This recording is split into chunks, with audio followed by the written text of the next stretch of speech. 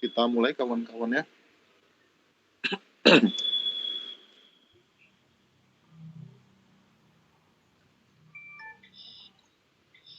Bismillahirrahmanirrahim. Assalamualaikum warahmatullahi wabarakatuh. Waalaikumsalam warahmatullahi wabarakatuh. Innal hamdalillah nahmaduhu wa nasta'inuhu wa nastaghfiruhu wa na'udzu billahi min syururi anfusina wa min sayyiati a'malina. May yahdihillahu fala mudilla lahu wa may yudlilhu fala hadiyalah.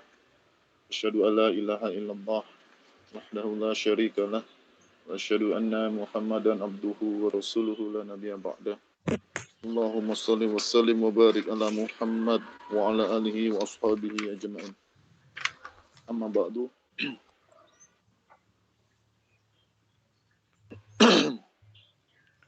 Kawan-kawan, kita memasuki pertemuan keempat dari perkuliahan kritik arsitektur dan evaluasi Purnahuni. Pekan yang lalu kita sudah membicarakan lingkup dan pertimbangan kritik arsitektur. Lingkup terdiri dari intra-arsitektur. Ya. Intra-arsitektur juga memiliki lapisan-lapisan. Lapisan paling luar adalah artefak. Kita mengkritik bentukan fisik arsitekturnya, ya, estetikanya, teknologinya, gitu ya. Kemudian semakin dalam kita mengkritik perilaku berarsitektur, ya, terdiri dari perilaku merancangnya, ya, cara merancang, cara membangun, dan cara menggunakan, gitu ya.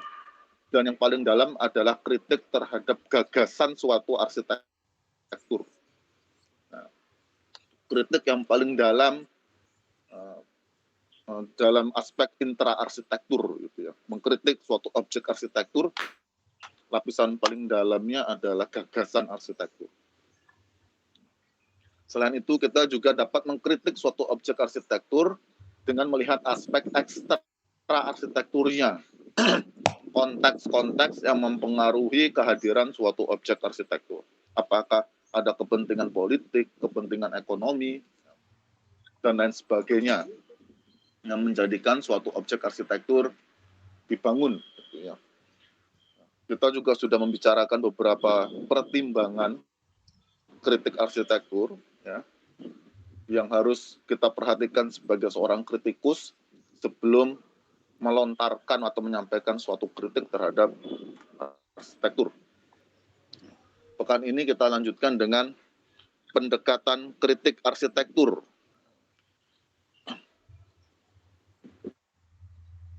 Materi sudah saya sampaikan di LSM, ya, kawan-kawan sudah dapat mengaksesnya, membacanya, mempelajarinya, ya, sehingga kita dapat diskusikan materi itu pada pagi hari ini. Silakan kawan-kawan yang bertanya, ya, berkaitan dengan materi yang sudah saya bagikan, bertanya, menanggapi, mengkritik, silakan. Ya. Siapa yang akan mengawali pagi ini?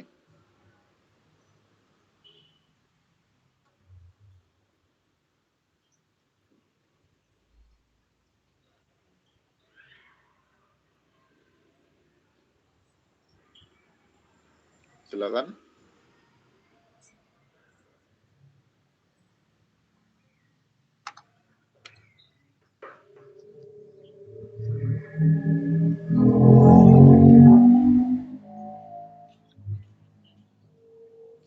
Pak, izin bertanya. Mbak Dara, silakan. Untuk yang slide bagian pendekatan kritik itu kan di situ tertulis hanya 3 pendekatan, Pak. Tapi tadi saya sempat untuk mencari referensi dan beberapa referensi menuliskan itu ada 6, Pak. Ya, apa saja, Mbak? Silakan. Itu ada deskriptif, normatif, tipikal, impresionis, interpretif, dan terukur, Pak. Sedangkan dan apa? Yang terakhir apa? Terukur, Pak. Kurang jelas, Mbak. Terukur. Terukur? Iya. Nah, Gimana? itu apakah yang Bapak cantumkan di PowerPoint itu yang tiga lainnya itu sudah mencangkup masuk ke dalam yang Bapak deskripsikan itu, Pak? Nah, itu Mbak Dara referensinya dari mana, Mbak? Atau bisa dijelaskan? Selain referensinya apa, bisa dijelaskan tidak 3 tambahan yang tidak ada di slide itu penjelasan singkatnya seperti apa? Sebentar, Pak.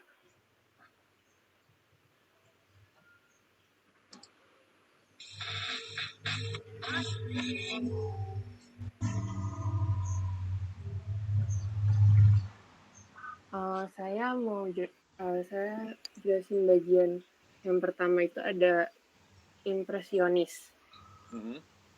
Itu kalau yang saya dapat dari internet itu mengatakan itu merupakan kritik yang menggunakan karya seni atau bangunan sebagai dasar bagi pembentuk karya seninya. Kritik impresionis dapat berbentuk verbal discourse atau narasi verbal, terus ada paduan kata, kaligrama, terus ada lukisan, foto image, sama modifikasi bangun, dan bisa berupa penampilan gambar bangunan dengan cara yang lebih menyenangkan seperti kartun, Pak. Terus yang kedua itu ada kritik terukur.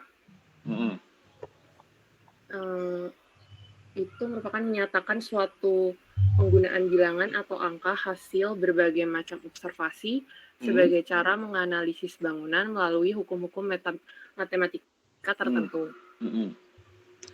Terus yang ketiga, lalu yang terakhir itu ada tipikal. Kritik tipikal adalah sebuah metode kritik yang termasuk pada kritik normatif, Pak. Yaitu metode kritik dengan membandingkan objek yang dianalisis dengan bangunan sejenis lainnya. Dalam hal ini bangunan publik. Begitu, Pak, penjelasannya. Terima kasih, Mbak Dara. Tadi referensinya apa, Mbak? Ada di PowerPoint ini, Pak. PowerPoint dari Institut Teknologi TD Pardede, Fakultas Teknik Sipil dan Perancangan, Pak. Terima kasih, Mbak Dara. Ya. Ini ragam pendekatan kritik ini yang ada 3, ya, deskriptif, interpretatif, dan normatif. Ini referensinya dari Wen Atu, ya. Wen Atu, yang sudah saya sampaikan bukunya di sesi pertama dan sesi kedua, Wen Atu. Critical Imagination of Architecture, kalau tidak salah judul bukunya. Nah, 3 pendekatan ini juga ada ragam jenisnya. Jadi deskriptif dia punya ragam jenis, ada 3 jenis deskriptif, ya, interpretatif ada 3 jenis, dan normatif ada 1. Jadi totalnya ada 7 ragam jenis pendekatan arsitektur, pendekatan kritik arsitektur yang bisa kawan-kawan gunakan. Tadi bagus sekali referensi dari Mbak Dara, ya. Ada tambahan 3, bukan 3 tapi 6 gitu ya. Impresionis, terukur, dan tipikal. Dari penjelasan yang disampaikan Mbak Dara, impresionis itu termasuk impresi dalam materi yang sudah saya bagikan, ya, impresi. Ya. Dia pendekatan interpretatif, jenisnya impresi. Nah, jadi kita melontarkan kritik dengan media karya yang lain, dengan media karya seni yang lain, gitu. Jadi kritiknya tidak secara langsung, gitu ya. Contoh yang impresi.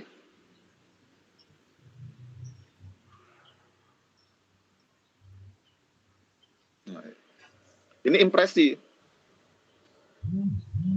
Ini kritik interpretatif, ya, jenisnya impresi. Dia melakukan kritik, tetapi tidak secara langsung, tidak secara verbal. Ya. Walaupun tadi disampaikan oleh Mbak Dara dengan verbal discourse. Ya. Tapi impresi itu penekanannya dia membuat karya lain untuk mengkritik sesuatu yang lain, gitu ya. Dia membuat karya lain untuk mengkritik suatu objek arsitektur atau mengkritik suatu fenomena dan peristiwa arsitektur. Contoh ini, yang di kiri itu ya ada streetscape, ya, sitting group di ruang publik.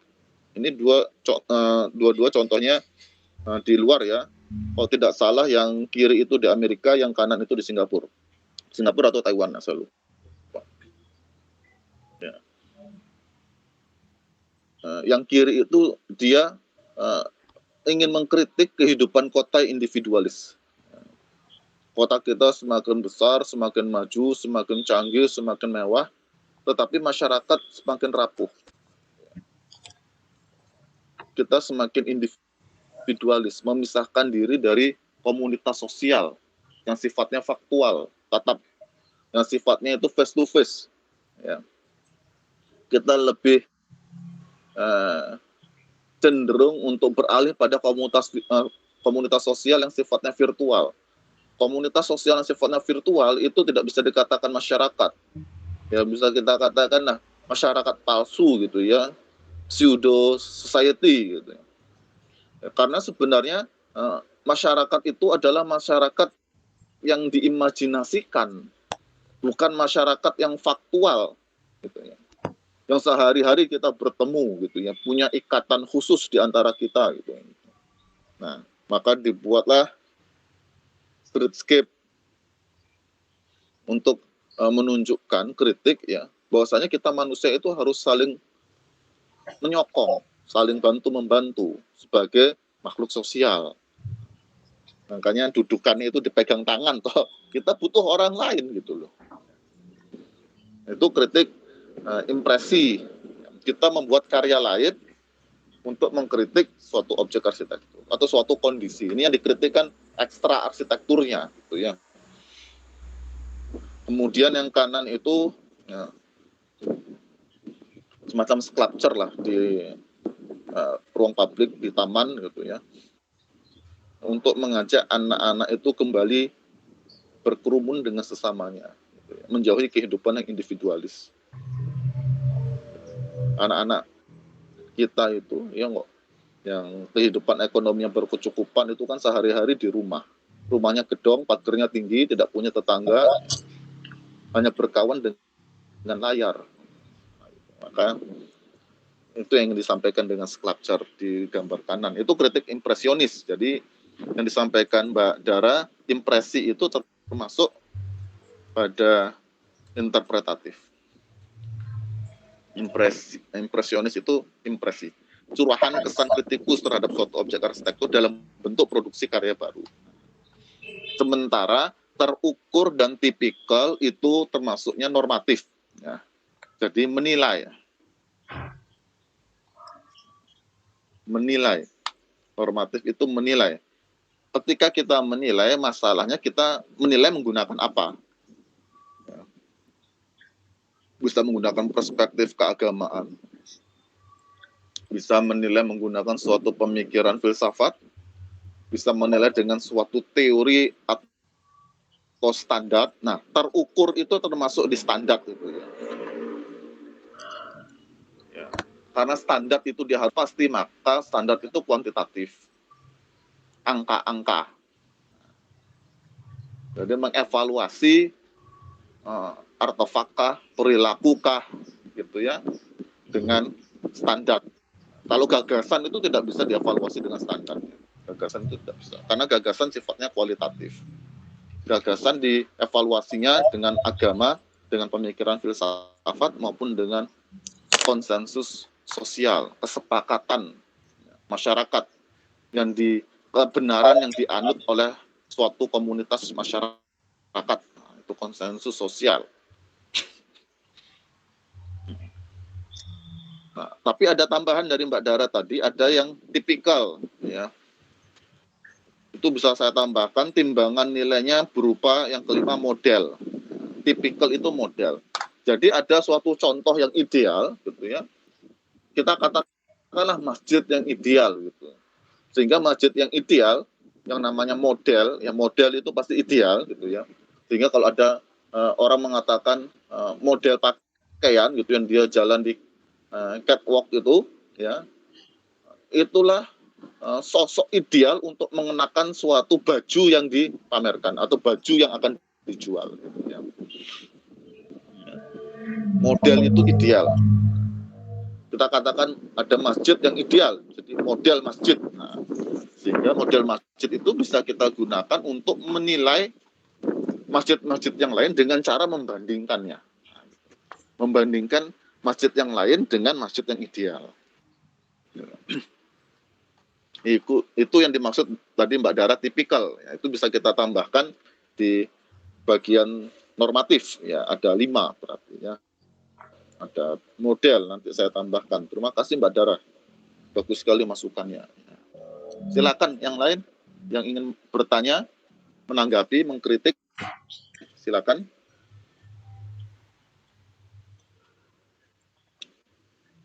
Pembuka yang bagus dari Mbak Dara tadi.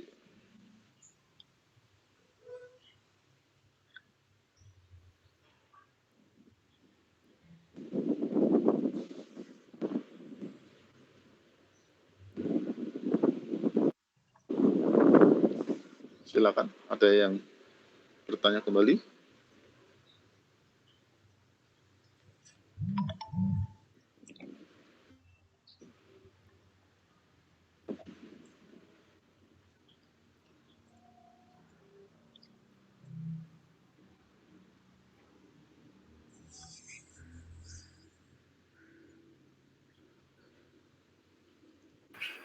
Pak, izin bertanya lagi. Silakan Mbak Dara. Untuk yang pendekatan itu Pak, yang tadi Bapak jelaskan, apakah itu hanya bisa digunakan untuk kritik arsitektur atau bisa digunakan untuk kritik jenis lain seperti kritik musik ataupun seni, Pak? When itu di dalam bukunya itu Critical Imagination of Architecture secara eksplisit ya, menjelaskan 3 pendekatan ini untuk bidang arsitektur. Secara eksplisit digunakan untuk bidang arsitektur. Dan tidak dijelaskan untuk bidang yang lain. Tetapi kalau kita pahami, ya, 3 pendekatan ini memiliki ciri khas masing-masing. Ya. Yang deskriptif itu ciri khasnya mengungkap, menjelaskan, memberikan pemahaman suatu objek arsitektur kepada masyarakat sesuai dengan fakta-fakta atau data-data yang ada. Jadi ini kritikus berkomunikasi dengan masyarakat dalam rangka untuk menjelaskan suatu fenomena arsitektur. Gini loh, yang terjadi itu seperti ini. Berdasarkan fakta-fakta atau data-data yang benar. Sehingga dalam deskriptif itu ada depiktif, ya, menjelaskan perwujudan arsitekturnya, biografi, menjelaskan objek arsitektur dikaitkan dengan kepribadian perancangnya atau kepribadian pemiliknya, atau bisa menjelaskan suatu objek arsitektur dengan mengkaitkannya dengan identitas suatu masyarakat dan kontekstual, ya, konteks-konteks yang mempengaruhi bentukan atau mempengaruhi keberadaan suatu objek arsitektur. Jadi intinya deskriptif itu menjelaskan kepada masyarakat suatu fenomena arsitektur sesuai dengan fakta-fakta dan data-data yang benar.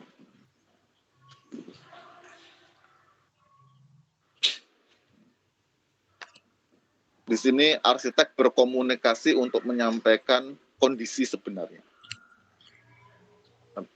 Bisa kita bawa penjelasan ini dalam ranah yang lebih umum, seni gitu ya. Ranah kritik seni yang lingkupnya lebih luas dari kritik arsitektur.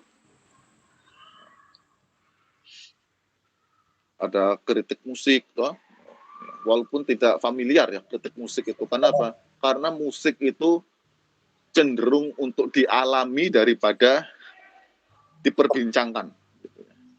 Cenderung untuk didengar, diresapi individu per individu daripada diperbincangkan mengenai nadanya, mengenai iramanya gitu ya, mengenai liriknya gitu. Tidak lumrah lah, ya, tidak lumrah. Kritik musik walaupun di negara barat ya kritik musik itu biasa. Gitu ya. Di kita kritik musik itu tidak berjalan. Sehingga kualitas musik kita terus mengalami degradasi. Jangan lupa ya, salah satu manfaat dari kritik adalah untuk keberlanjutan suatu seni gitu ya, termasuk arsitektur. Ya, itu sesi kedua ya, agar teori arsitektur terus mengalami perkembangan, terus mengalami kontekstualisasi, maka harus dikritik. Ketika tidak ada kritik, stagnan, bahkan cenderung mengalami degradasi, penurunan kualitas. Kenapa? Tidak ada yang mengontrol. Begitu juga dengan musik kita gitu. Kawan-kawan paham sendirilah gitu, masa kita sekarang mendapati musik itu ada musik tentang sambelado, salah alamat, ya, baru kenal ngajak tidur bareng, hujan nih musik opor.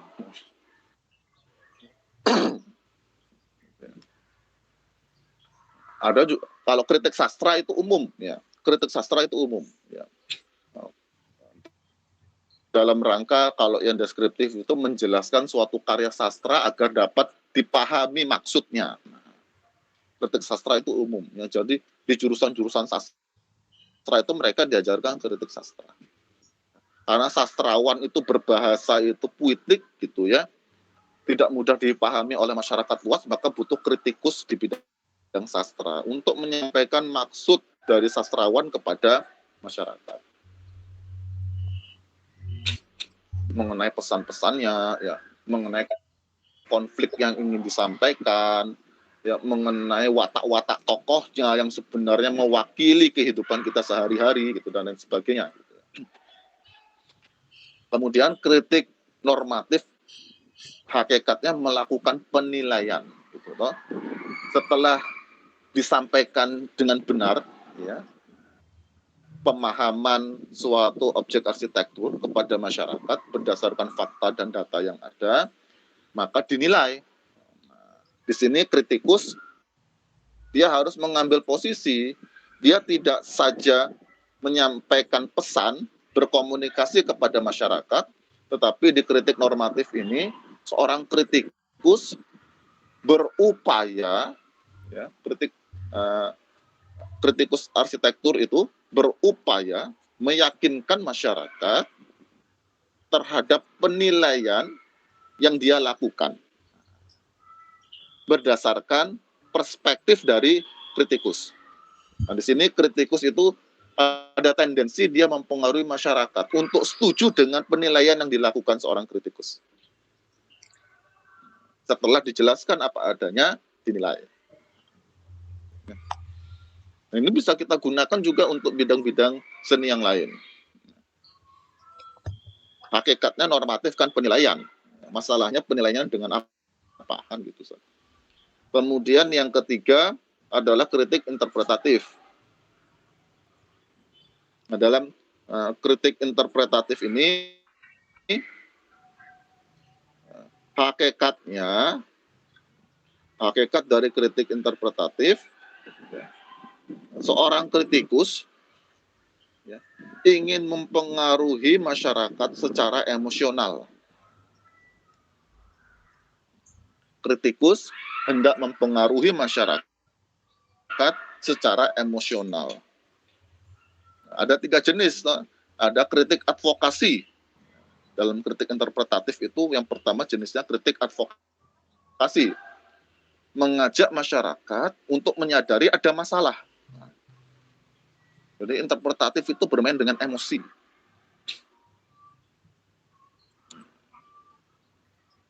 Diajak masyarakat, ada masalah loh, disadarkan masyarakat. Kita punya masalah.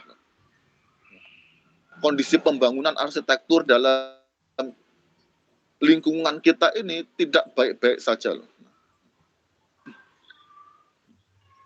Jangan senang dulu punya masjid besar baru. Solo kan akan punya 2 masjid jami baru toh. Jangan senang dulu. Jangan silau dengan kemegahan fisik. Ada masalah di sana. Itu advokasi. Ya.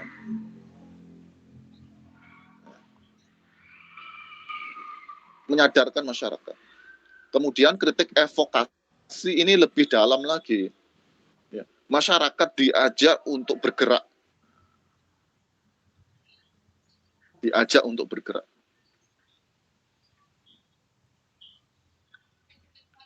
Setelah disadarkan ada masalah gitu ya, diajak untuk bergerak dengan evokasi. Perasaan masyarakat tuh semakin dalam dipermainkan oleh kritikus, ya. Dilibatkan semakin dalam agar ikut bergerak menyelesaikan masalah.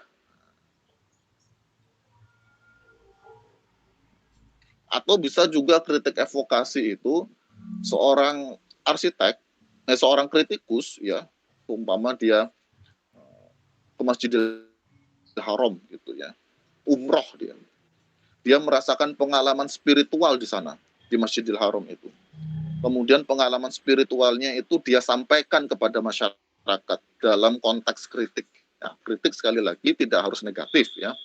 Kritik itu konteksnya bisa positif.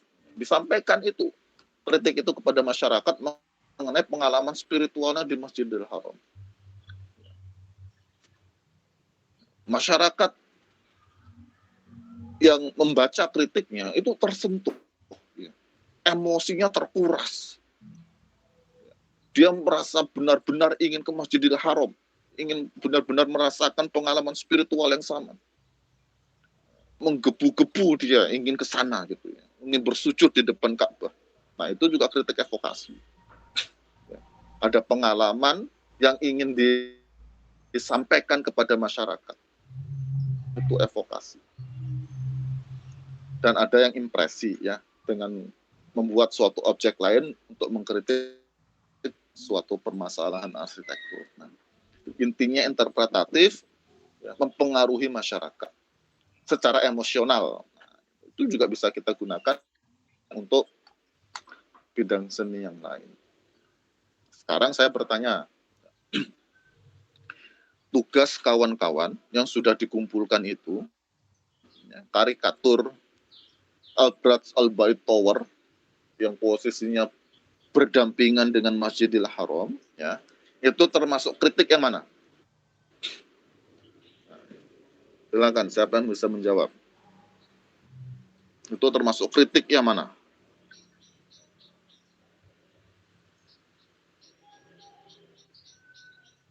Ayo.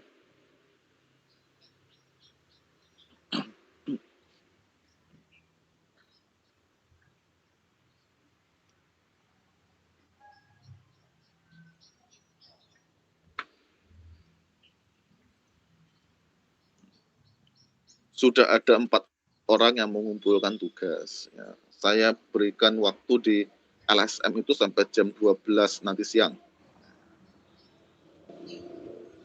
Dari tugas yang sudah kawan-kawan kerjakan, karikatur itu termasuk kritik yang mana? Ayo.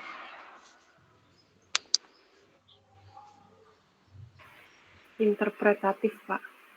Interpretatif jenis apa? Jenis impresi.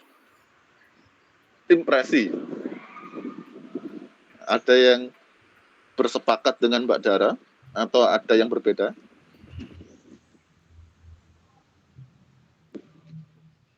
Impresi.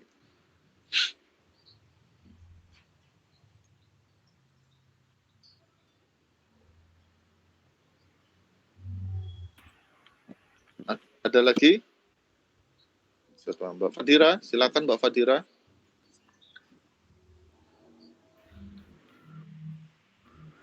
Deskriptif, Pak. Deskriptif. Tenang, deskriptif. Menurut saya masuknya ke kontekstual. Kontekstual. Ya. Ayo.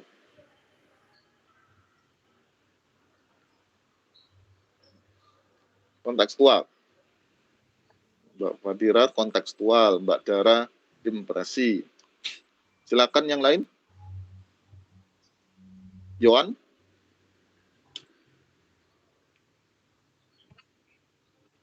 Apa Yohan? Tugasmu masuk kritik yang mana?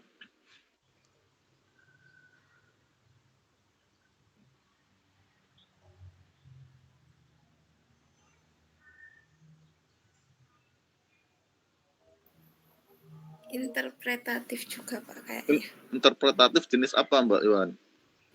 Yang impresi. Impresi. Kenapa impresi? Karena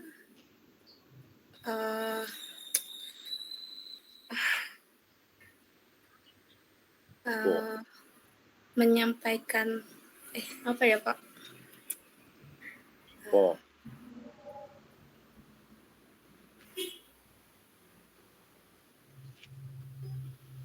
Ayo.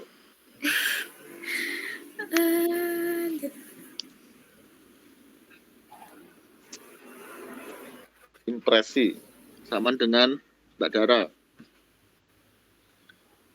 Yang lain?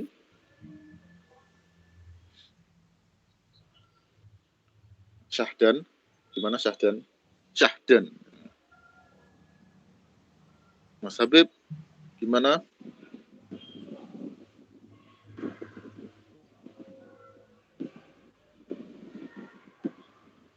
Halo, halo. Mas Habib.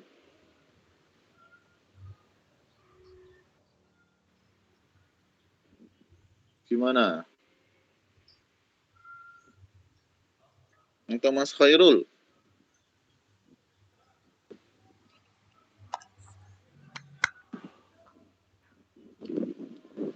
Tugasmu masuk yang mana? Dalam Mbak. Alhamdulillah. Baru bisa ngomong. Iya, dari toilet tadi nggak enak Pak mau ngomong juga. Tugasmu itu termasuk yang mana karikaturnya? Masuknya ke interpretatif Pak. Ke jenisnya impresif, lebih ke impresif Pak.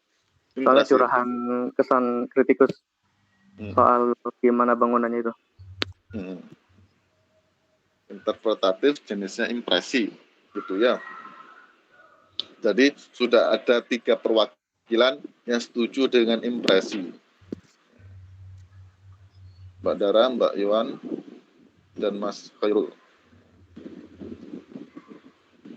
Ini masih boleh bertanya nggak Pak? Kenapa? Masih boleh bertanya nggak Pak? Nah, silakan. Ya apa itu selesaiin dulu Pak.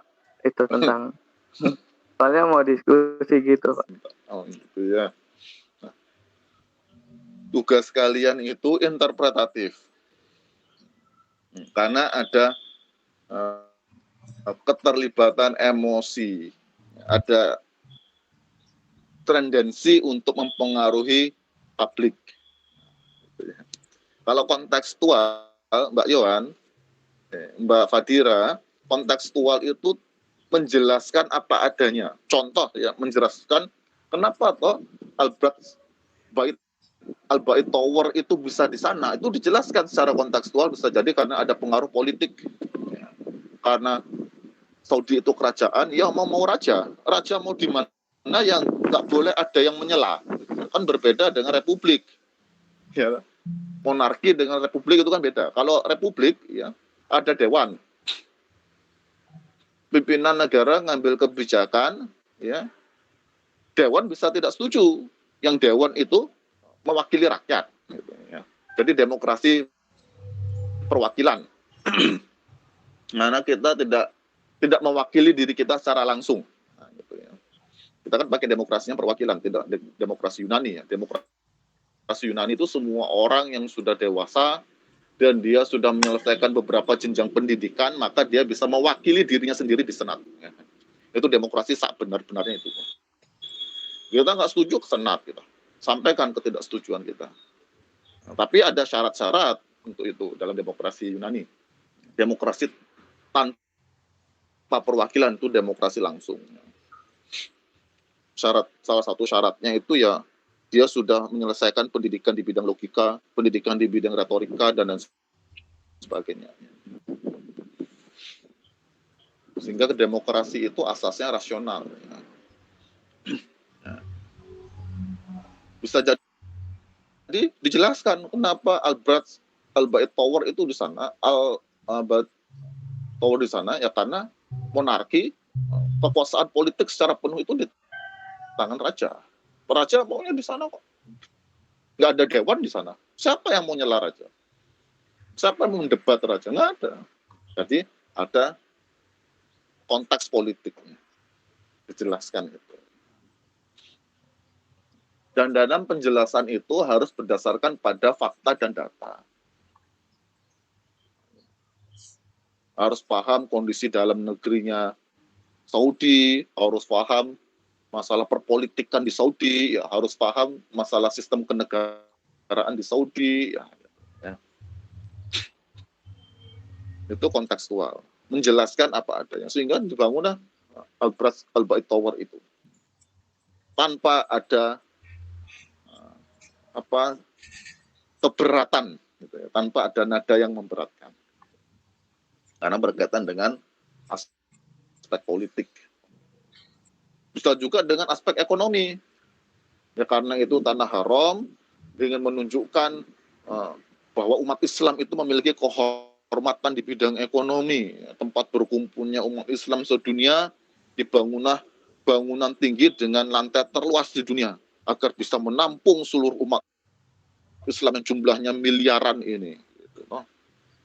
Dibuatlah Al-Bait Tower, ya, agar umat Islam memiliki kehormatan di tengah masyarakat global. Nah, itu ada berkaitan dengan ekonomi dan identitas. Gitu, ya. Itu kalau yang kontekstual. Tapi kan kalian tidak melakukan itu. Ya, kalian melakukannya dengan karikatur. Kalian melakukan dengan karikatur. Yang ada tendensi kalian ingin mempengaruhi masyarakat secara emosional. Kalau deskriptif itu kalian nggak boleh memainkan emosi masyarakat. Itu kajian ilmiah itu deskriptif itu ya. Karena berdasarkan pada fakta dan data.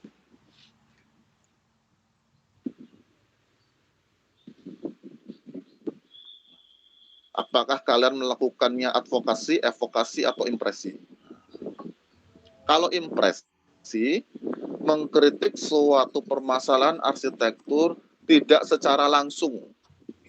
Kalian buat karikatur, tapi di dalam karikatur kalian secara eksplisit mengkritik Al-Bait Tower, kan gitu. Al-Bait Tower, kalian langsung itu mengkritik itu. Sehingga tidak bisa dikatakan impresi, walaupun medianya karikatur. Ya. Berbeda kalau kalian buat karikatur ingin mengkritik Al-Bait Tower, tapi sama sekali tidak menampilkan itu. Gitu. Kalian menggunakan plot yang berbeda, yang mewakili plot aslinya. Sebagaimana tadi, ya, ingin mengkritik individualisme kehidupan kota dengan streetscape, sitting group, yang ada tangan manusia dua itu megang dudukan. Nah, tidak secara langsung mengkritik individualisme. Impresi yang harus digarisbawahi tidak secara langsung mengkritik Al-Bait Tower, tapi jangan ada itunya, jangan ada Al-Baitnya, gitu. Pakai plot yang lain. Buat cerita sendiri, ya, buat produk sendiri. Nanti orang dia mikir, oh ini bisa dihubungkan ke sana ya ternyata. Nah, jadi dalam kritik impresi itu kita mengundang masyarakat untuk menafsirkan. Nah, jadi ada keterlibatan masyarakat secara aktif ya, untuk memahami kritik kita. Kita buat produk, silakanlah dipahami ini. Nah, bisa nggak nangkep ini ya? Itu impresi.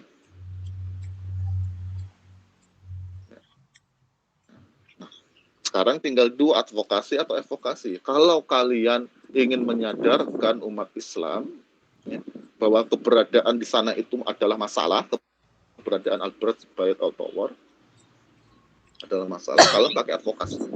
penyadaran. Tapi kalau kalian ingin lebih dalam mempengaruhi emosi masyarakat, ya, keberadaan Al-Burj Al-Tower itu mempengaruhi spiritualitas Ka'bah gitu ya. Orang berhaji rasanya menjadi kering, ya.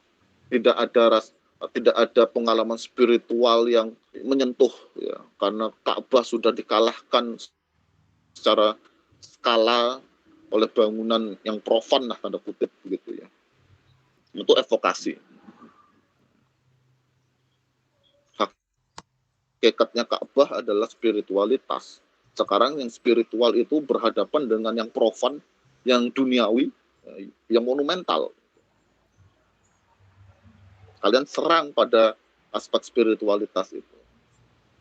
Itu evokasi. Dengan keberadaan Al-Burj Tower mempengaruhi pengalaman spiritualitas. Jadi kalian menyentuh pada aspek pengalaman, itu evokasi. Tapi kalau kalian pada ranahnya penyadaran, advokasi. Evokasi lebih dalam dari advokasi. Dan kesamaan keduanya disampaikan secara langsung. Mengkritik Al-Burj Tower, ya ngomong Al-Burj-nya langsung. Tanpa tedeng aling-aling. Kalau impresi itu pakai objek yang lain. Nah, sekarang tergantung tugas kalian sedalam apa, apakah di advokasi atau di evokasi. Ya. Nah, ada yang ditanyakan sampai di situ? Silakan.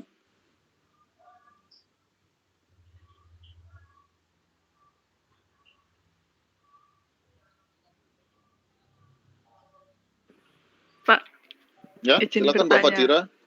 Itu kan tadi dijelaskan ragam pendekatan kritik. Nah, dalam mengkritik sendiri, apakah boleh menjadi apa? Menggabungkan dua kritik yang berbeda? Nah, ini pertanyaan bagus sekali. Terima kasih, Mbak Pak. Fadira. Ya, Mbak Fadira counter attack dia. Setelah jawabannya salah, dia bertanya.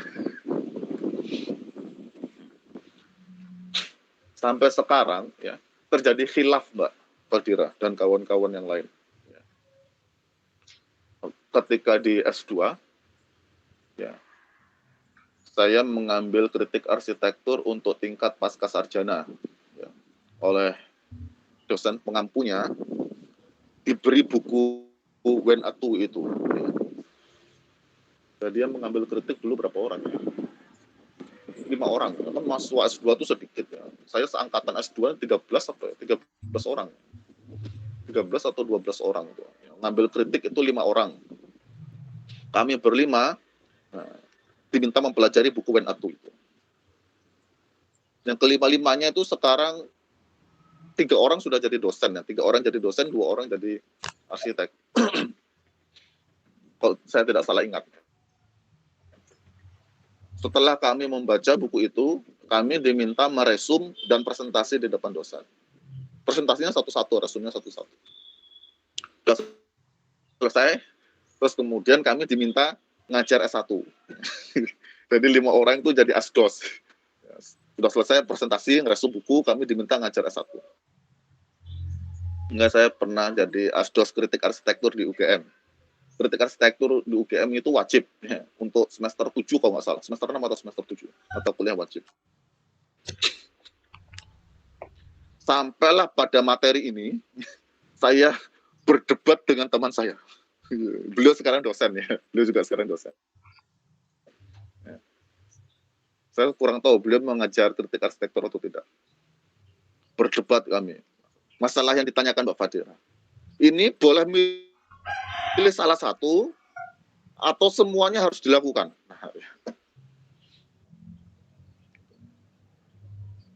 Jadi sampai mahasiswa S1 tuh melongo karena asdosnya debat sendirian. Teman saya itu berpendapat ya, dari 3 pendekatan kritik, ya, deskriptif, interpretatif, dan normatif, bisa dipilih salah satu. Bisa dipilih salah satu. Jadi seumpamanya Mbak Fadira hanya deskriptif saja dan jenisnya depiktif. Nah, deskriptif jenisnya depiktif atau deskriptif jenisnya biografi. Boleh milih. Itu saja dikritik itu. Kritiknya menggunakan itu saja. Yang deskriptif biografi. Di lain kesempatan, ya Mbak Fadira kembali melakukan kritik, interpretatif advokasi. Itu saja dilakukan, ya silakan.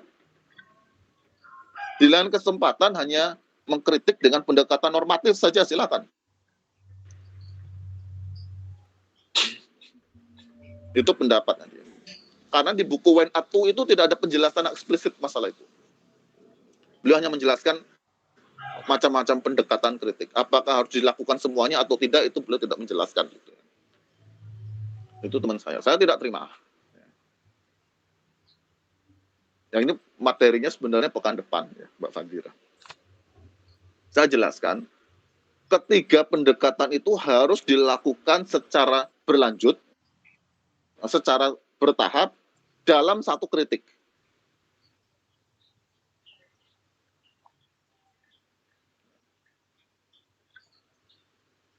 Semuanya harus dilakukan. Ini mazhabnya saya ini. Kalau teman saya itu boleh milih salah satu sesuai dengan kebutuhan dan kemampuan.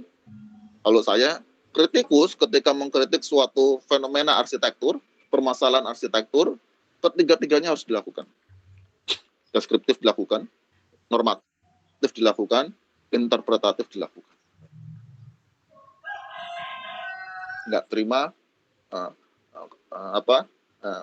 perdebatan itu tidak menghasilkan kesimpulan apa-apa karena saling keras kepala. Terus kami berdua menghadap dosen pengampunya. Dosen pengampunya hanya senyum-senyum ketawa sendiri. Tidak menjelaskan apa-apa.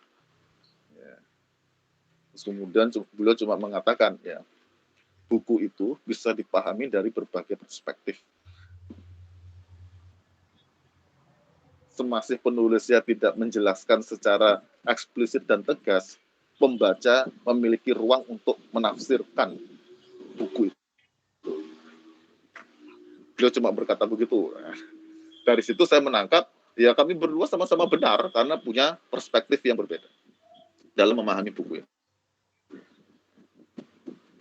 Sampai sekarang itu ya, kami masih berbeda pendapat masalah itu. Karena mata kuliah ini saya ampu, ya diampu oleh saya menggunakan mazhab saya. Nah gitu Mbak Fadira ya. 3 pendekatan ini harus dilakukan. Dan besok kalian praktekkan pada tugas besar 3 pendekatan ini.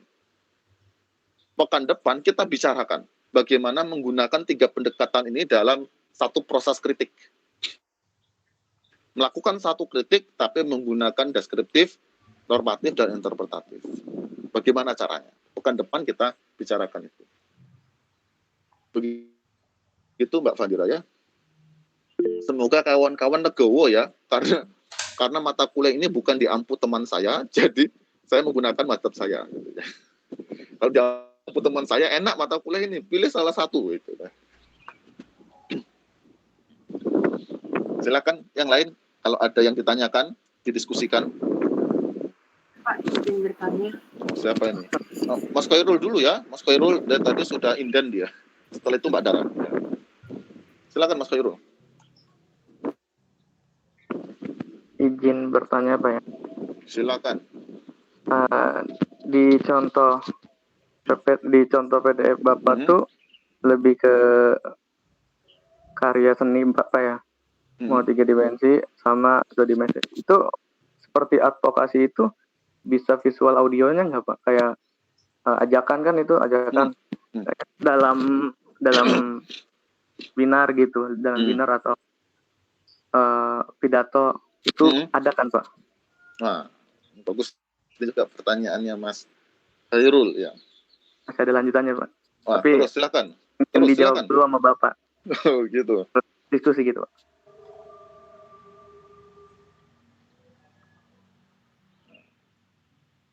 Pertama ya, mengapa contoh yang saya tampilkan itu interpretatif? Karena kritik yang paling susah itu interpretatif. Karena berkaitan dengan penyampaian kritik kepada masyarakat luas untuk mempengaruhi mereka. Itu kritik paling susah. Apakah mempengaruhinya secara rasional, ya, untuk menyadari adanya masalah, atau mempengaruhinya secara emosional, berkaitan dengan pengalaman.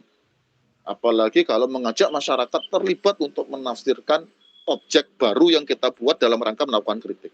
Itu susah sekali kritik interpretatif.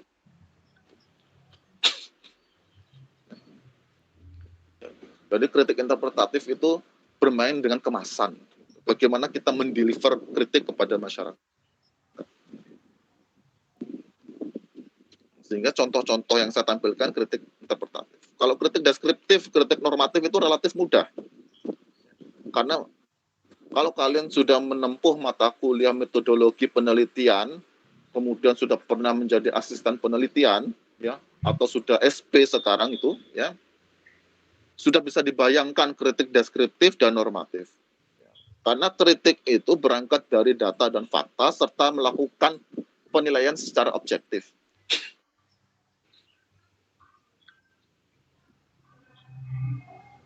Masalahnya bagaimana menyampaikan itu ke masyarakat, nah itu di kritik interpretatif. Sehingga dalam kritik interpretatif, ya, karena namanya interpretatif, ya, melibatkan penafsiran, melibatkan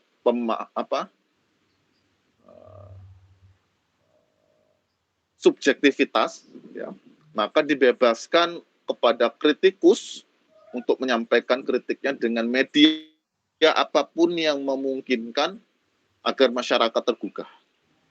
Nah, kembali nanti ke materi pertimbangan kritik. Kita harus mengetahui kondisi sosial masyarakat kita, lebih mudah dipengaruhi dengan media apa. Apakah boleh dengan musik? Boleh, silakan. Membuat musik untuk mengkritik fenomena arsitektur, boleh, silakan. Buat film pendek, boleh. Buat film durasinya 5 menit, 10 menit gitu, boleh. Buat tarian boleh nggak? Boleh. Nah, itu impresi tarian itu, ya. Buat tarian dalam rangka mengkritik suatu permasalahan arsitektur. Silakan. Saya itu punya kumpulan sajak konteksnya kritik, yang seperti saya sampaikan di slide saya halaman terakhir itu, ya.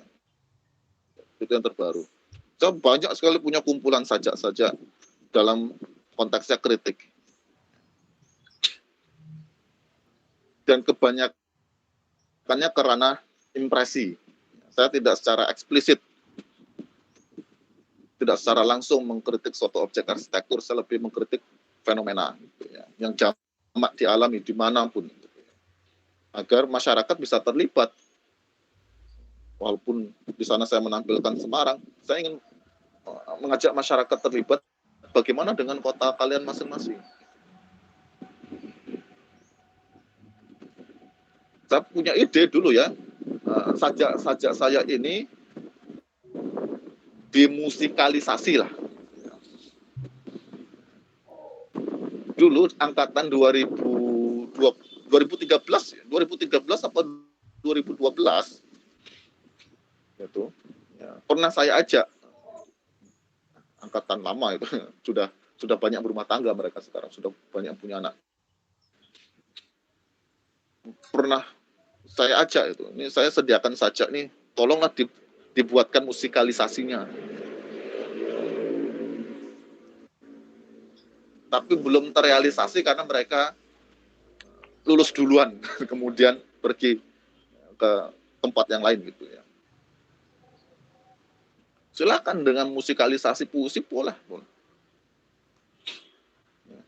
Dengan membuat puisi kemudian dibawakan, gitu, ya, seperti pidato gitu, silakan, boleh.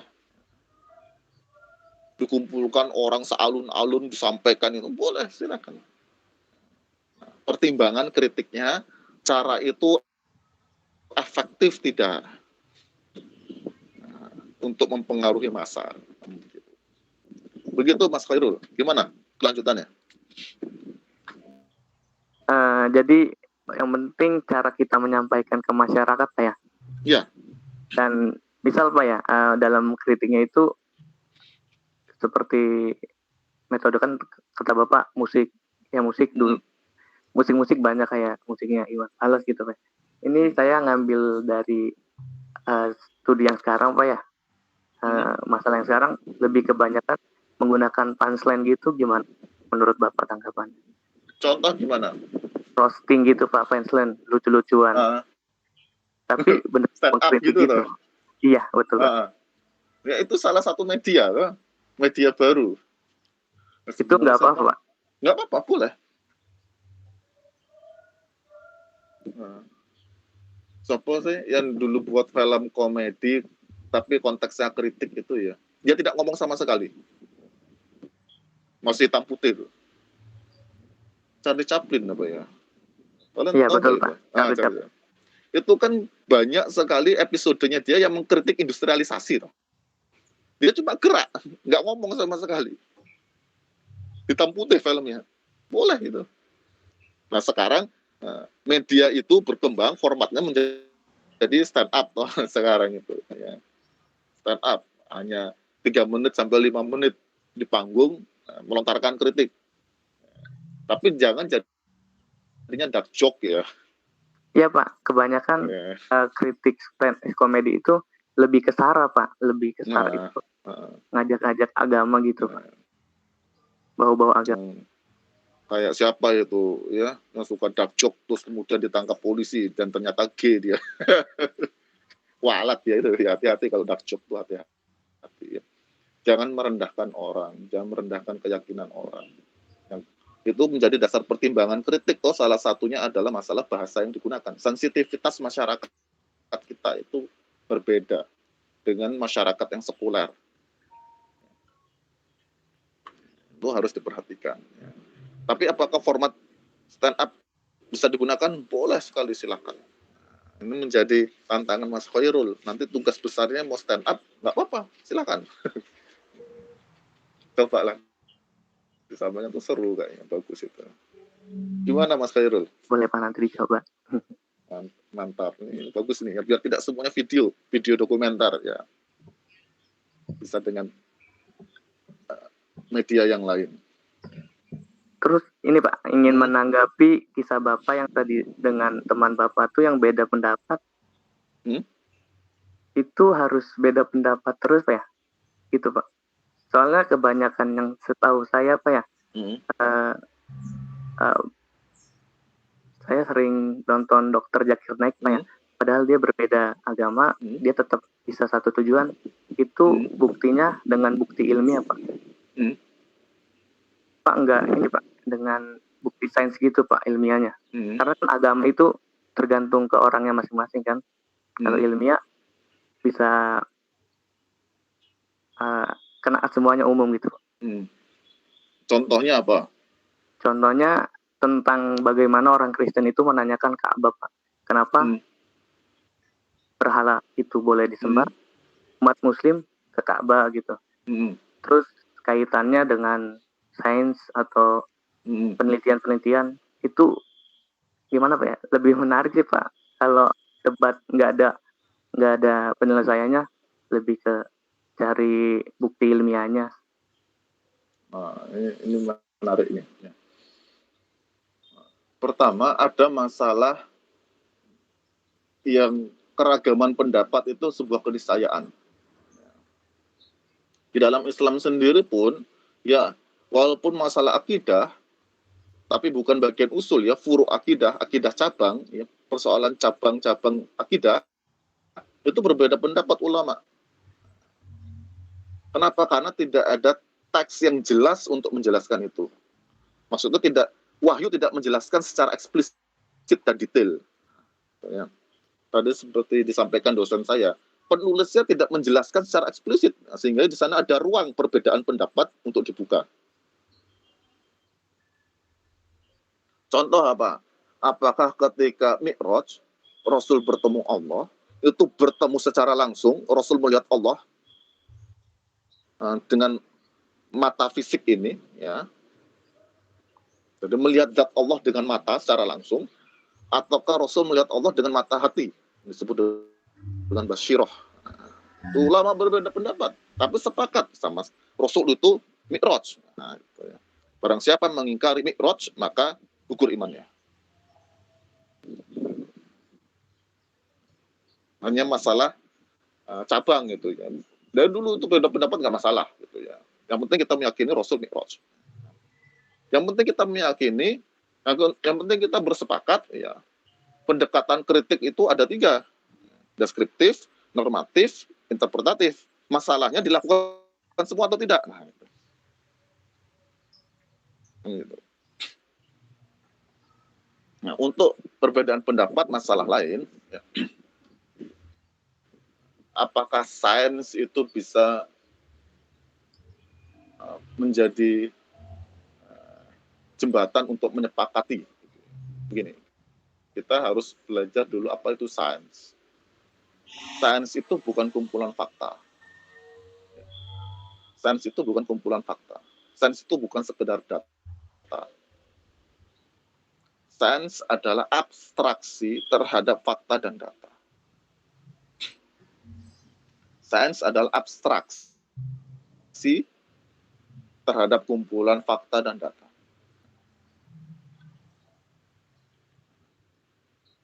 Apakah sains pasti selalu bisa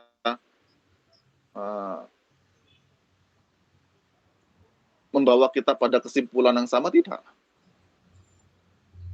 Tapi pada masyarakat rasional, argumentasi sains ya, yang sifatnya ilmiah itu dapat menjadi argumentasi yang sangat kuat sifatnya. Contoh, ketika umat Kristen kemudian menggugat, kenapa umat Islam katanya tidak menyembah berhala, tapi kok menyembah batu, kok Ka'bah? Kemudian dilakukan penelitian sains berkaitan dengan medan elektromagnetik di Ka'bah. Ya, kan itu saya nggak tahu ya, tidak ada paper ilmiahnya ya. Itu banyak dikutip lah di media sosial gitu. Nah. Ada Pak, saya pernah baca Pak. Ada baca paper jurnalnya? Jurnalnya. Iya. Jadi Ka'bah itu bukan sebagai sembah Pak, tapi arah kesatuan. Jadi kan umat Muslim itu bersatu Pak, dalam ilmiahnya gitu. Dan di Ka'bah juga terdapat medan magnet yang sangat stabil Pak. Dan karena Ka'bah itu ilmiahnya, sainsnya menjadi titik rotasi bumi, dan hubungannya dengan tawaf, hubungannya dengan 4 tanda-tanda kiamat itu Pak. Saya kan dalam pemikirannya gini, saya Islam tapi saya mau coba memakai ideologi ateis gitu Pak ya, yang ada nggak memasukkan unsur Islami gitu Pak. Itu secara garis besar 80% itu sainsnya benar semua, dan 20% itu belum diketahui oleh manusia. Jadi bisa-bisa 100% data sains itu akur sama dengan Al-Quran gitu. Buat mengcounter semua agama itu, kalau agamanya itu dia menerima sains dan ilmiah itu enak Pak buat memualafkan manusia. Nah, pertama, sains itu kan ranahnya ayat kauniyah. Ayat kauniyah. Jadi sains itu bermain dengan alam, lingkupnya alam. Alam itu diciptakan Allah berikut dengan sunatullahnya. Kullu syai'in bimiqdar. Kullu syai'in bimiqdar. Ada ukuran-ukuran yang Allah tetapkan terhadap alam. Kalau sains dalam konteks itu berkesesuaian dengan Al-Quran. Sains dalam konteks itu. Ya. Tapi sekali lagi, sains itu bukan sekedar kumpulan fakta dan data. Ada interpretasi. Karena sains itu abstraksi. Ketika kita mengabstraksi sains, ya, berdasarkan perspektif Islam, maka berkesesuaianlah dia dengan Al-Quran. Sehingga para ilmuwan yang kemudian dibukakan hatinya, dia mendapat hidayah dari sains itu. Seperti Profesor Jeffrey Lang, profesor matematika di Amerika. Dia masuk Islam karena sains matematika. Tapi tidak semua saintis akan begitu. Mengapa? Karena sekali lagi sains itu bukan sekedar kumpulan data dan fakta. Ada interpretasi, ada abstraksi. Kalau kita sekarang meneliti Ka'bah menjadi pusat elektromagnetik, dibuktikan secara empirik, ya, kemudian diulangi dalam penelitian-penelitian selanjutnya dan mendapatkan hasil yang sama, gitu ya. Sepakat para ilmuwan di sanalah pusat elektromagnetik seluruh dunia, orang bisa ngambil kesimpulan. Ya, tetapi itu baru fakta. Faktanya di Ka'bah adalah pusat elektromagnetik. Faktanya begitu. Tetapi sains tidak hanya itu. Mengapa di sana menjadi pusat elektromagnetik?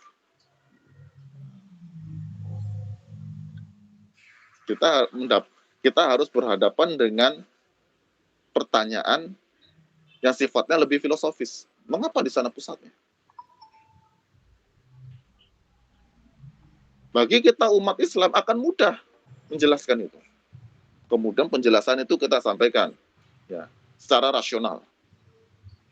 Ya, karena ada tawaf itu seperti magnet, loh, kita membuat magnet kan juga caranya seperti itu, toh, berlawanan dengan arah jarum jam dan lain sebagainya. Nah, sana menjadi pusat tawaf, menjadi pusat elektromagnetik. Kita sebagai umat Islam bisa. Dan Allah yang membukakan hati manusia untuk menerima itu, dia bisa masuk Islam. Tapi sekali lagi, sains tidak hanya fakta dan data. Bagi ilmuwan yang ateis lah kita katakan begitu, dia akan memasukkan dia akan menganggap pertanyaan itu sebagai pertanyaan konjektur, istilahnya. Itu diperkenalkan Karl Popper. Ya. Konjektur. Mengapa di sana pusat? Untuk menjawab itu, harus diteliti seluruh dunia, seluruh tempat, ada tidak pusat yang lain.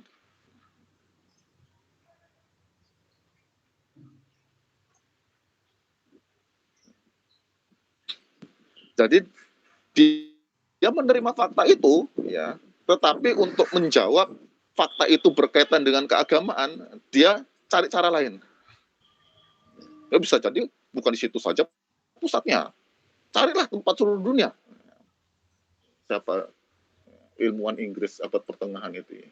Jangan menilai seluruh angsa berwarna putih hanya karena kita tidak bertemu satu angsa yang berwarna hitam.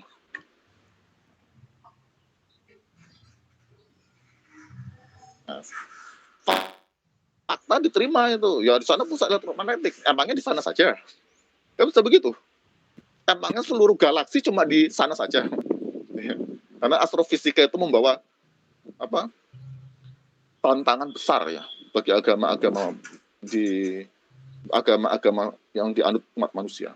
Ya, sekarang kita itu bisa menjelajahi secara visual dengan teleskop tidak saja galaksi Bima Sakti, tapi galaksi yang begitu banyak di alam semesta.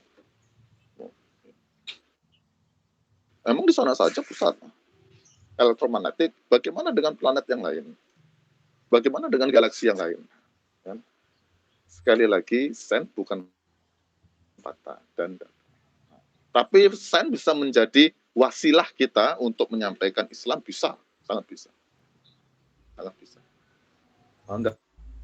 Dalam Al-Quran, kita berikhtiar, Allah yang akan membukakan hati-hati hambanya. Bahkan Allah sendiri menghardik Rasul Muhammad kan di dalam Al-Quran itu. Apakah kamu menginginkan semua orang beriman? Tugasmu menyampaikan. Urusan iman tidak iman itu urusan Allah. Tapi dalam zaman modern sekarang, saya garis bawahi, sains itu powerful dan bisa digunakan menyampaikan Islam. Tetapi jangan kita terpleset dengan namanya ayatisasi. Al-Quran itu bukan kitab sains, dan kebenarannya tidak bergantung pada sains. Kalau dalam filsafat epistemologi, filsafat ilmu, Al-Quran itu kedudukannya merupakan kebenaran tertinggi. Di bawahnya kebenaran intuisi, ya, di bawahnya lagi kebenaran khabar sodik, kebenaran berita, di bawahnya lagi kebenaran akal, di bawahnya lagi kebenaran panca indera. Nah, sains itu hanya bermain dengan akal dan panca indera. Jadi jangan memfalsifikasi istilahnya. Jangan memutuskan Al-Quran benar atau salah dengan sains. Karena berarti kita menurunkan kedudukan Al-Quran pada kedudukan sains. Ketika kita menemukan tadi seperti disampaikan Mas Khairul, kok ternyata sesuai dengan Al-Quran ya, nah, itu salah satu hikmah. Ya, salah satu hikmah. Kenapa? Karena dalam Islam, ayat qauliyah, wahyu, dengan ayat kauniyah itu satu kesatuan. Kedua ayat itu diciptakan oleh Allah. Tidak mungkin bertentangan. Ketika Al-Quran mengatakan A, ternyata kok kita penelitian di alam semesta mengatakan A sama, kesimpulannya itu salah satu hikmahnya. Dan akan banyak lagi hikmah-hikmah yang lain. Jadi begitu cara menempatkan Al-Quran dengan akal. Dan seharusnya begitu cara kita mengkomunikasikan temuan sains dikaitkan dengan Al-Quran kepada masyarakat luas. Jangan sampai kita mengulangi Renaissance. Ya. Bible ya, diuji dengan ilmu pengetahuan. Ya habis Bible. Yang terjadi apa? Masyarakat Barat meninggalkan agama.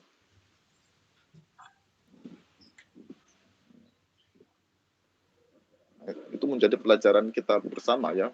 Ketika agama itu tidak mampu menempatkan dirinya di hadapan sains, ya habis agama itu. Seperti di abad pertengahan di Renaissance.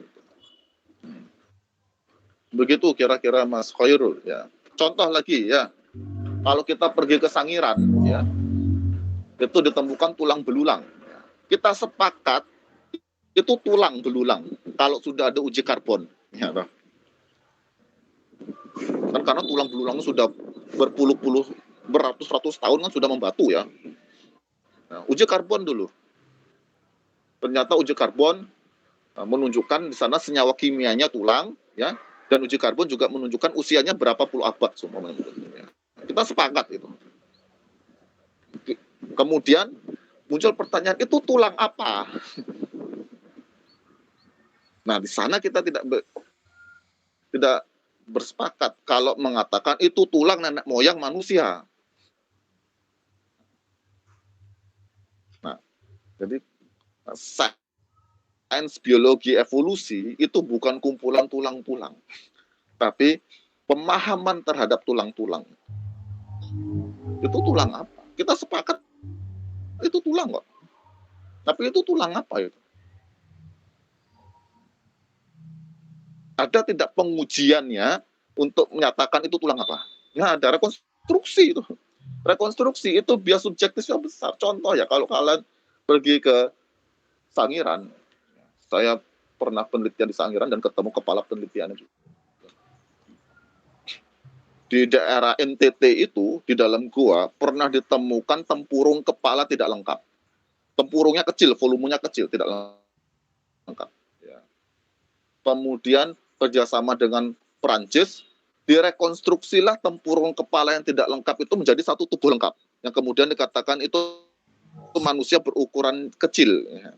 Cepol, manusia cepol.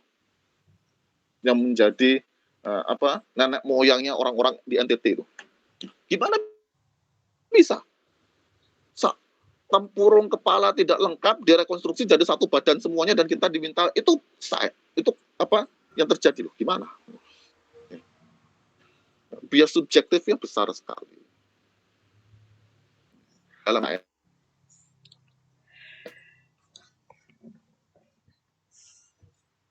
Makanya ada seminar, ada jurnal ilmiah, itu kan dalam rangka menguji hasil temuan sains. Kalau dia lulus uji, bersepakat para ilmuwan, ya berarti kebenaran itu bisa kita pegang bersama-sama.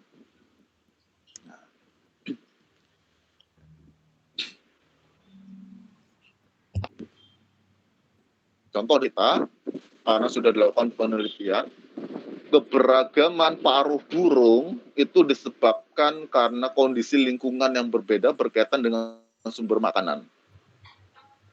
Sehingga evolusi dalam jangka waktu berabad-abad itu bisa merubah paruh burung. Sepakat kita.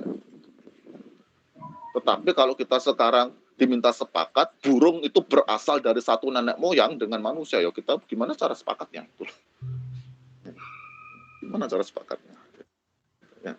Jadi sains itu bukan kumpulan fakta dan data. Sebagaimana arsitektur itu bukan hanya bangunan fisik, ada gagasannya. Kita bisa sepakat masalah fisik di bidang arsitektur, masalah teknologi, masalah estetika, kita bisa sepakat. Manusia seluruh dunia bisa sepakat, tapi gagasan kita nggak bisa sepakat. Seperti itu, ya gimana Mas Khairul? Seperti itu lebih kepada teori nggak sih Pak? Seperti yang dicekal oleh para ulama teori Darwin gitu. Sedangkan seperti hukum-hukum gitu, hukum Newton, karena hukum udah lewat uji penelitian yang banyak gitu dan sudah terbaik itu. Jadi dalam hakikatnya teori itu belum menentukan, sedangkan hukum udah pasti seperti yang di dalam Al-Quran gitu. Nah gini, jadi sains itu dia punya 3 bagian. Ya. Pertama landasan filosofis, kedua bangunan teori, ketiga teknologi.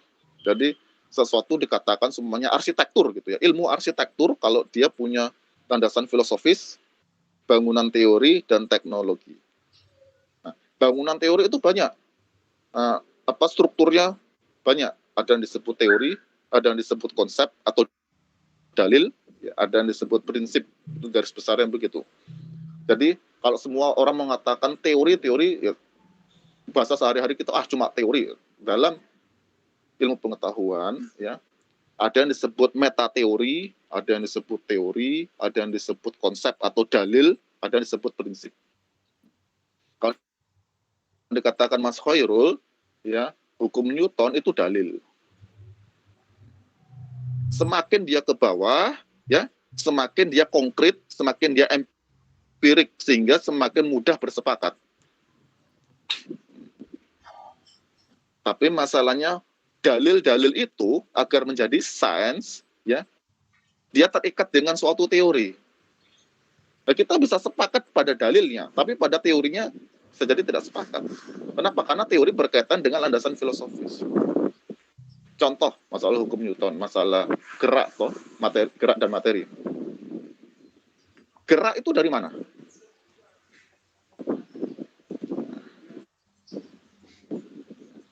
Gerak itu dari mana? Dari potensi internal materi atau dari potensi di luar materi? Ya kita bisa bersepakat pada dalilnya karena diuji secara empirik. Tapi untuk menjadi ilmu fisika tidak hanya dalil. Ya. Tapi kalau kita gunakan dalil itu untuk menjelaskan, mendakwahkan Islam, ya silakan. Ya. Tapi sekali lagi jangan sampai terperosok Islam diuji dengan iptek. Kalau pengujiannya gagal berarti Islam salah. Nah, jangan sampai terperosok pada itu. Salah satu hikmah dari surah ini, ya, bisa kita temukan pada dalil Newton. Nah, silahkan itu. Tetapi dalil Newton dalam ilmu fisika tidak hanya dalil itu. Nanti itu berkaitan. Karena Newton itu kan seorang penganut Kristiani yang taat. Newton. Bahkan karyanya Newton itu kan tidak diterbitkan sampai Newton meninggal. Karena di bagian terakhir karyanya Newton itu mengutip Bible. Pada masa itu berkembang paham namanya deisme. Ya. Nggak usah bawa-bawa agama untuk urusan iptek. Jadi, Newton takut nasibnya sama seperti Leonardo da Vinci, Bruno, segala macam, ya, Copernicus, ya sudah diam dulu lah. Jadi Newton tidak menerbitkan karya sampai sudah lama meninggal, ya, karena Newton seorang Kristen yang taat. Gitu, ya.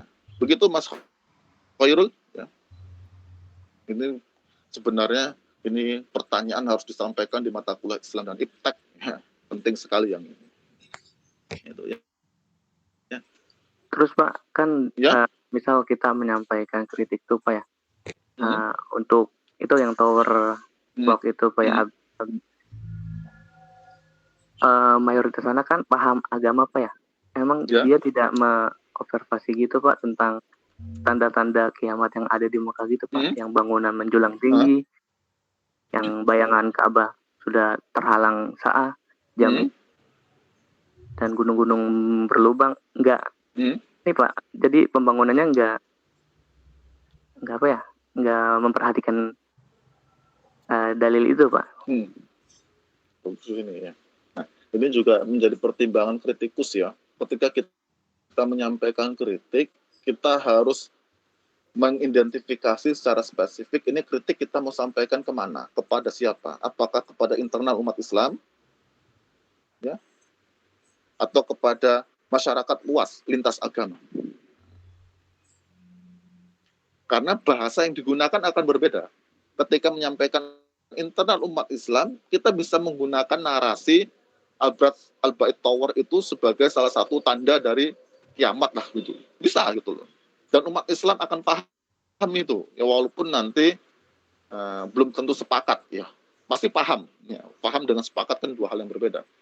Pasti paham pesan disampaikan kritikus. Berbeda kalau kita menyampaikannya kepada non-muslim. Bahasa apa yang kita gunakan? Kenapa kiamat terjadi ketika manusia berlomba-lomba meninggikan bangunan? Apa hubungannya kiamat dengan berlomba-lomba meninggikan bangunan? Nah, itu Pak saya cari Pak. Nah, itu di kitabnya Ibnu Khaldun, Muqaddimah. Maksud dari hadis, ya, kenapa manusia itu berlomba-lomba mendirikan bangunan, itu sebagai salah satu tanda-tanda kiamat, itu dijelaskan Ibnu Khaldun secara sosiologis dan historis di buku Muqaddimahnya. Kita cari waktu lain untuk membahas itu, Mas Khairul ya. Mungkin pas ke UTS lah kita akan ketemu materi yang pas untuk menjelaskan itu ya, secara rasional. Ya. Baik Pak. Kalau Bapak tadi penjelasannya tentang buku kitab apa itu Pak? Sosialisasi Pak ya? Sosiologi Pak ya?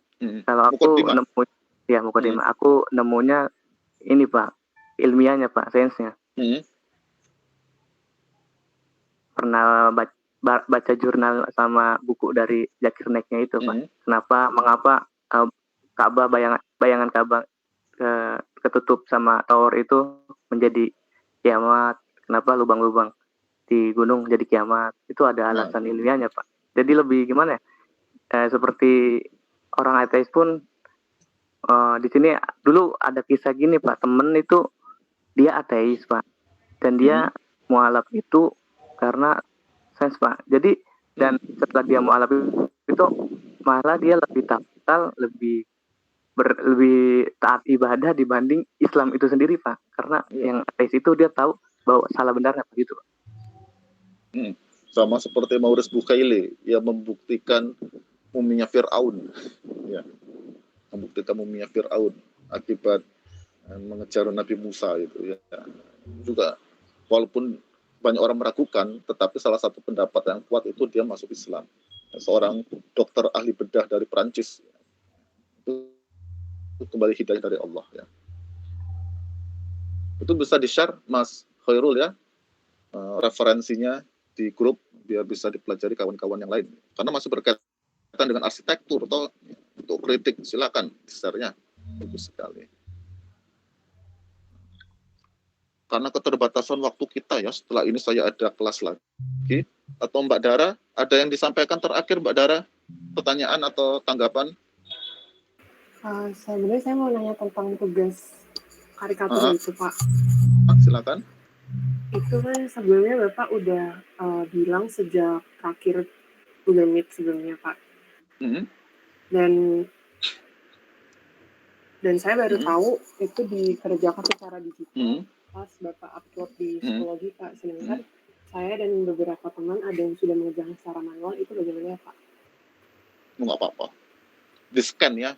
Gitu. Dikumpulkannya di-scan. Jangan difoto. Baik Pak. Nah, di-scan biar kualitas gambarnya tetap bagus. Kalau sudah ada yang mengerjakan manual, dikumpulkannya dengan di-scan, dijadikan PDF. Dijadikan JPEG atau PDF, silakan mau pakai cara yang mana yang mudah. Tapi jangan difoto ya, nanti hasilnya jelek. Ya, kawan-kawan mohon maaf, sesi kita harus berakhir karena masalah waktu, dan setelah ini saya ada kelas yang lain. Ya. Sebelum kita selesai, silakan Mbak Dara untuk mengkoordinir foto bersama sebagai bukti perkuliahan.